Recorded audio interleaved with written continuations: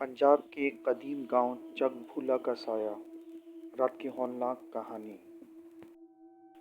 नवंबर की सर्द सर्दी की रात थी। पंजाब के एक छोटे से गांव चकबोला में धुंध इतनी गहरी थी कि 10 कदम आगे कुछ दिखाई नहीं देता था। हवा में एक बस्तगी इस कदर थी कि हर सांस सीने में चुभन बनकर उतरती थी। गांव के किनारे पर खड़ी पुरानी टूटी हुई हवेली हमेशा से खौफ की अलामत समझी जाती थी, मगर आज की रात इस कदर इससे आती हुई हौलनाक आहटें कुछ ज़्यादा ही वाज़ेह थी। अहमद अपने दोस्तों के साथ गांव वापस जा रहा था जब इसने पहली बार वो आवाज़ सुनी। एक दुबली लंबी गूंजती हुई चीख, जैसे किसी ने अंधेरे को चीर कर रख दिया हो। ये कौन था? बिलाल ने कपकपाते हुए पूछा। अहमद ने आवाज़ की सिमत देखा। धुंध में हवेली की टिमटिमाती रोशनी झटपटा रही थी, जैसे कोई चिराग आखिरी सांसें ले रहा हो। इसके दिल में एक अनजान इज़्तिराब पैदा हुआ, मगर वो खामोश रहा। कुछ देर बाद दोस्त अपने घर को चले गए, मगर अहमद के कदम जाने क्यों इस हवेली की तरफ बढ़ते चले गए, जैसे कोई इसको अंदर बुला रहा हो। हवेली के दरवाजे की चीखने की आवाज़ ने फिज़ा में लर्जिश पैदा कर दी। अंदर अंधेरा था, गहरा, खामोश और जिंदा। टूटी हुई दीवारों पर नमी टपक रही थी और सहन में पड़े सूखे पत्ते हवा के साथ किसी मुर्दा बदन की तरह सरसरा रहे थे। अचानक इसे ऐसे लगा जैसे किसी ने पीछे से कोई मौजूद हो। कोई है? इसने धीमी आवाज़ में पुकारा। जवाब में सिर्फ सर्द हवा का झोंका आया, मगर साथ ही एक खुशबू भी, गली सड़ी मट्टी और खून की मिली जुली बू।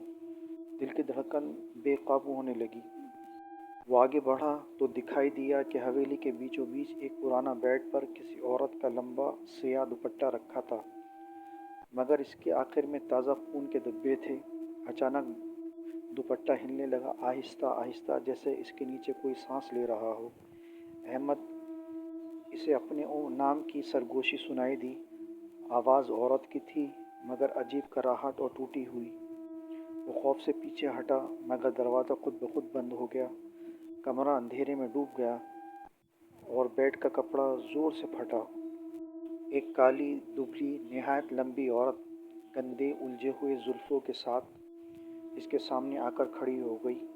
इसकी आंखें सुर्ख अंगारों की तरह जल रही थीं। इतनी रात को क्यों आया है? इसने गुस्से से आवाज़ में पूछा। अहमद के कदम जम गए, ज़बान गूंगी हो गई। औरत आहिस्ता आहिस्ता इसकी तरफ बढ़ने लगी। इसकी कदमों की आवाज़ नहीं आ रही थी, जैसे वो ज़मीन पर चल ही नहीं रही हो।